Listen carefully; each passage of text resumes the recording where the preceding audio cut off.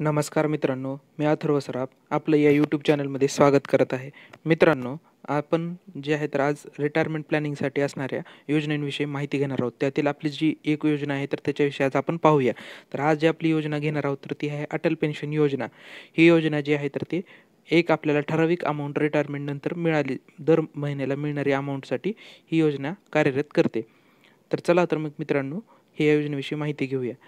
त्यापूर्वी आपण जर फायनान्शियल ॲडवाईससाठी किंवा फायनान्शियल रिलेटेड कुठलीही माहिती शोधत असाल तर आपण या यूट्यूब चॅनलला सबस्क्राईब, लाईक आणि शेअर करू शकता. याच्यावर विविध प्रकारचे नवनवीन माहिती जी आहे तर इन्व्हेस्टमेंट रिलेटेड जे प्रोडक्ट आहेत त्या सर्वांची योग्य माहिती योग्य मराठी भाषेमध्ये योग्य प्रकारे सांगितली जाते. चला तर मग मित्रांनो, आज आपण जाणून घेऊया की अटल पेन्शन योजना म्हणजे नक्की काय आहे. अटल पेन्शन योजना जी आहे तर ते दर महिन्याला पेन्शन प्रोव्हाइड करण्यासाठी जी आहे तर ती योजना आहे. रिटायरमेंटच्या नंतर माणसाला फायनान्शियली स्टेबल बनवण्यासाठी या योजनेचा उपयोग केलेला आहे. त्याच्यानंतर जे आहे तर ते ज्यावेळेस रिटायरमेंट झाल्यानंतर त्याचं पोटेन्शियल जे आहे तर त्या पोटेन्शियलला पाहता त्याचे एज जे आहे तर ते फायनान्शियल पोटेन्शियल जे कमी झालेले असते त्याला बूस्ट करण्याचं काम ही अटल पेन्शन योजना करत आहे. Rise in nuclear family, increase in longevity, त्याचबरोबर जे आहे तर कॉस्ट ऑफ लिव्हिंग एक्सपेन्सेस आहे तर त्याला बूस्ट करण्याच्या कामासाठी ही अटल पेन्शन योजना कार्यरत करत आहे. अटल पेन्शन योजना ही जी आहे तर ते गव्हर्नमेंट ॲडमिनिस्ट्रेशन आणि PFRDA जे आहे तर ते पेन्शन फंड रेग्युलॅरिटी जी आहे तर ऑथॉरिटी ते जे आहे तर ती ही योजना जी आहे तर ते ॲडमिन करते. त्याचबरोबर जे आहे तर NPS आहे तर NPS मित्रांनो, अटल पेन्शन योजना जी आहे तर ते अटल पेन्शन योजना जी आपण पाहतो तर दर महिन्यात अटल पेन्शन योजना जी रेग्युलेटरी करते तर ती पेन्शन फंड रेग्युलेटरी जी ऑथॉरिटी आहे तर ती ऑथॉरिटी ॲडमिनिट करते. त्याचबरोबर जे आहे तर ऑब्जेक्टिव्ह जे आहे तर अटल पेन्शन योजनेचे जे आहे तर स्मॉल अमाऊंट जे आहे तर ते प्रत्येक वर्षी त्या वृद्ध व्यक्तीला देण्याची जी योजना आहे. त्याच्यामध्ये जे आहे तर आपल्याला दर महिन्याला 1,000 ते 5,000 फिक्स्ड अमाऊंट आहे तर ते मिळणार आहे. अटल पेन्शन योजना जी आहे तर अटल पेन्शन योजनेसाठी जी लागणार आहे तर ते पूर्ण भारताचा सिटिझन असला पाहिजे, तो भारताचा नागरिक असला पाहिजे. त्याचबरोबर त्याचं जे आहे तर ते रेंज किती तर 1,000 ते 5,000पर्यंत त्याने पेन्शन कुठलीही सिलेक्ट केली पाहिजे. जर फिक्स्ड पेन्शन आहे तर ती गॅरंटी कोण घेतली आहे तर ती गव्हर्नमेंट ऑफ इंडियाने गॅरंटी घेतलेली आहे. गव्हर्नमेंट ऑफ इंडिया जी आहे तर ते 50% कॉन्ट्रिब्युशन करते आणि 1,000 किंवा 1,000 रुपये दर वर्षाला, ज्याच्यापैकी जे काही कमी असेल तर ते गव्हर्नमेंट ऑफ इंडिया करते.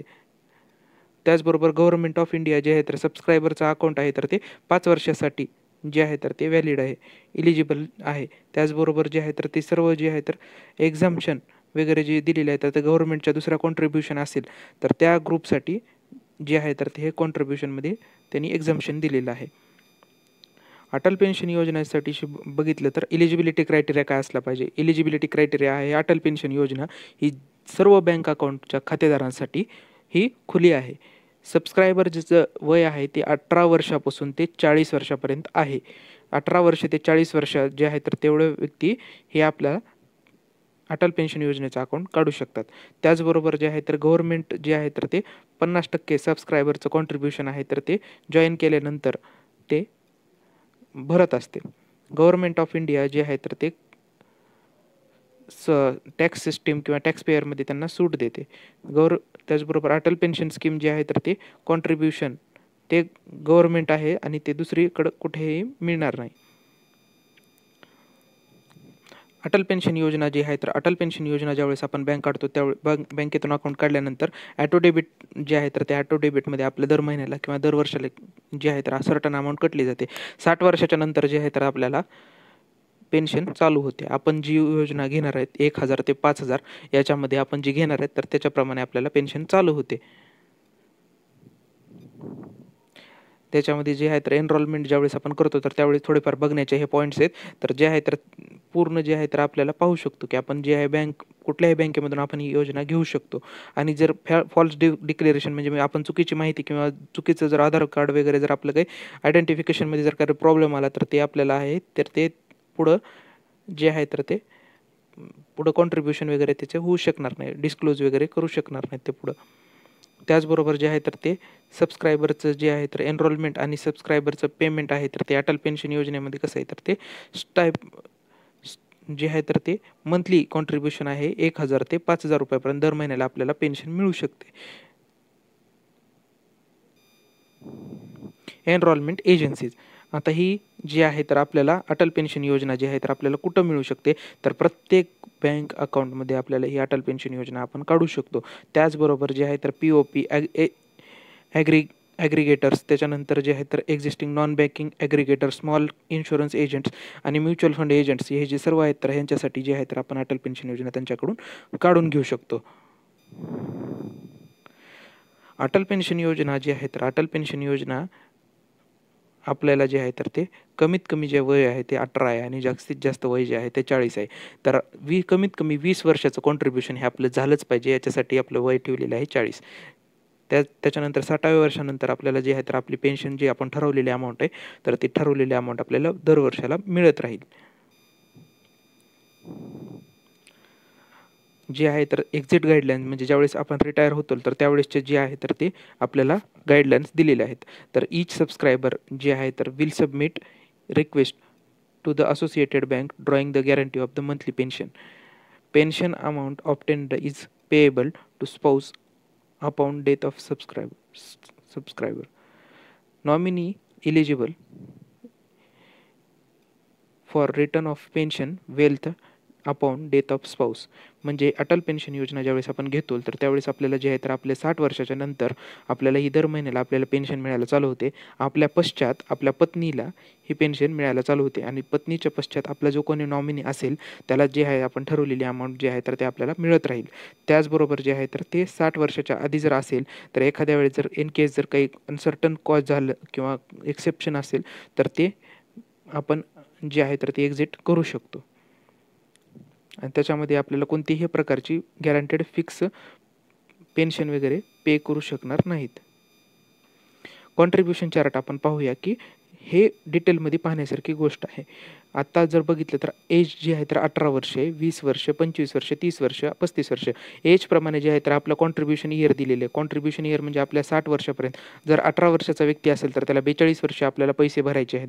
पैसे भरण्यासाठी आपल्याला जी दर महिन्याला पेन्शन जी दिलेली आहे तर ती पेन्शन 1,000 रुपये, 2,000 रुपये, 3,000 रुपये, 4,000 रुपये, 5,000 रुपये या पोर्शनमध्ये दिलेली आहे. आणि याच्याच सोबत जे आहे तर त्या आपल्या पश्चात आपल्या पत्नीला आणि आपल्या पत्नीच्या नंतर जे आहे तर ते जो स्पाऊस असेल किंवा जो नॉमिनी असेल तर नॉमिनीला त्याची जी ठरलेली अमाऊंट आहे ती ठरलेली अमाऊंट जी आहे तर ती सर्व काही जी आहे तर ती मिळत जाईल. जर 1,000 रुपयाची पेन्शन घेतली तर आपल्यानंतर आपल्या पत्नीला सुद्धा 1,000 रुपये मिळतील. त्याचबरोबर नॉमिनीसाठी जे आहे तर त्यांच्या पश्चात नॉमिनीला 1.7 लाख रुपये मिळतील. तसंच ह्या प्रकारामध्ये सर्व काही 5,000 रुपयाच्या पेन्शनसाठी दिलेले आहे. 18 वर्षाचा जर व्यक्ती असेल तर त्याला 1,000 रुपये दर महिन्याला 60व्या वर्षानंतर पेन्शन असण्यासाठी 42 रुपयाचा हप्ता आहे.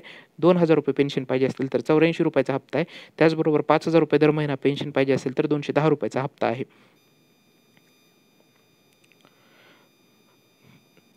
ज्यावेळेस आपण जे आहे तर ते आपण पोटेन्शियल सपोर्ट ज्यावेळेस पाहतो तर पोटेन्शियल सपोर्ट आपल्याला कोण करणार आहे तर निश्चितच आपले जे बँक आहेत तर ते बँक ऑफिस किंवा जे आहेत तर ते आउटसोर्सिंग जे आहे तर एम्प्लॉईज वगैरे जे आहेत तर आपण त्यांच्याकडून आपण घेऊ शकतो. सर्वात महत्त्वाचा प्रश्न की आपण हे अटल पेन्शन योजनेचं अकाउंट का काढायचं किंवा कुठे काढायचं. तर जे बँक अकाउंट होल्डर असतील त्यांनी जे आहे तर APIचा फॉर्म अटल पेन्शन योजनेचा फॉर्म आपण बँकेमध्ये जॉईन करायचा. ज्याच्यासोबत आपला आधार कार्ड आणि मोबाईल नंबर हा असला पाहिजे. आणि जे आहे तर सुरुवातीचं जे इनिशियल अमाऊंट आहे तर ते इनिशियल अमाऊंट जे आहे आपण ठरवायचं की आपल्याला 1,000 रुपये, 2,000 रुपये, 3,000 रुपये, 4,000 रुपये किंवा 5,000 रुपये याच्यापैकी कोणती पेन्शन आपल्याला पाहिजे तर ते आपण प्रोव्हाइड करायचं. आणि त्याचबरोबर ज्याच्याकडे नॉन बँक अकाउंट जर असेल तर त्यावेळेस जे आहे तर आपल्याला KYC करून आणि जे फॉर्म आहे ते सबमिट करून आपल्याला हे अटल पेन्शन योजनेचं काढता येतं. हा अटल पेन्शन योजनेचा फॉर्म आहे. याच्यामध्ये आपण पाहू शकतो की आपल्याला हा फॉर्म भरून बँकेमध्ये सबमिट करायचा आहे. प्रोसेस जी आहे तर ते प्रोसेस सांगितलेली आहे. प्रोसेस सांगितल्याप्रमाणे जर बँकेचा एक्झिस्टिंग असेल कस्टमर तर त्याला जे आहे तर ते बँकेमध्ये जाऊन फॉर्म भरून द्यायचा आहे किंवा आपण नेट बँकिंगचा वापर करून हा फॉर्म भरू शकतो. त्याचबरोबर जे आहे तर ते व्यवस्थित आपल्याला इथे डिटेल माहिती दिलेली आहे.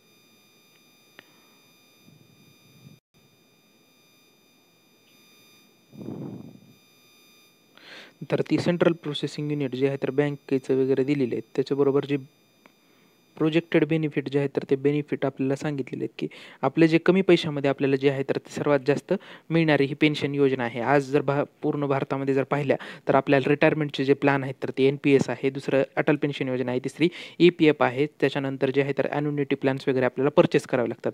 जर सर्वात स्वस्त आणि इकॉनॉमिकली वीक सेक्शनला जर पेन्शन किंवा रिटायरमेंट नंतर जर स्टेबल करण्यासाठी जर कुठली योजना असेल तर निश्चितच ही योजना आहे. याच्या पुढच्या व्हिडिओमध्ये आपण अटल पेन्शन योजना वर्सेस EPF वर्सेस NPS हा व्हिडिओ पाहूया.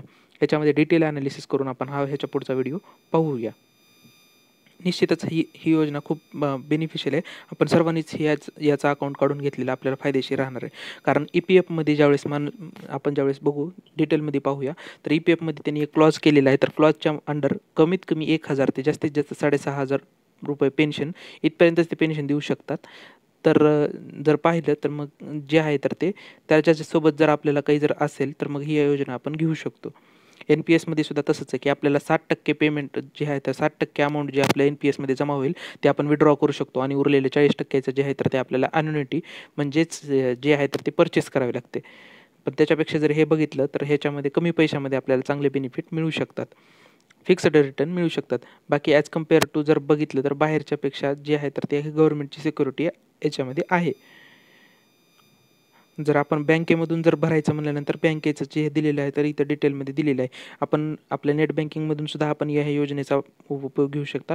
याच्यासाठी काय करायचं तर आपल्याला वेबसाईटला जायचं आहे. अटल पेन्शन योजना जी आहे तर सोशल सिक्युरिटीमध्ये आपल्याला नेट बँकिंगमध्ये सापडून जाईल. त्याच्यानंतर आपण लॉगिन ID आणि पासवर्ड देऊन लॉगिन केल्यानंतर मग परत ते घ्यायचे आहे आणि बँकिंग सिस्टीम वगैरे झाल्यानंतर मग पुढे प्रोसीड केल्यानंतर फॉर्म वगैरे भरून तो फॉर्म प्रिंट काढून आपण बँकेमध्ये सबमिट करायचा आहे.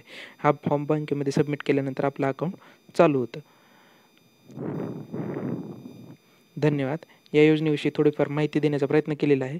निश्चितच आपल्याला माहितीला आवडली असेल तर आपण या चॅनलला लाईक, सबस्क्राईब आणि शेअर करू शकता. याच्या पुढच्या व्हिडिओमध्ये आपण अटल पेन्शन योजना, NPS आणि याच्यासारख्या अनेक जे आहे तर फायनान्शियल प्रोडक्टविषयी माहिती घेऊया. धन्यवाद.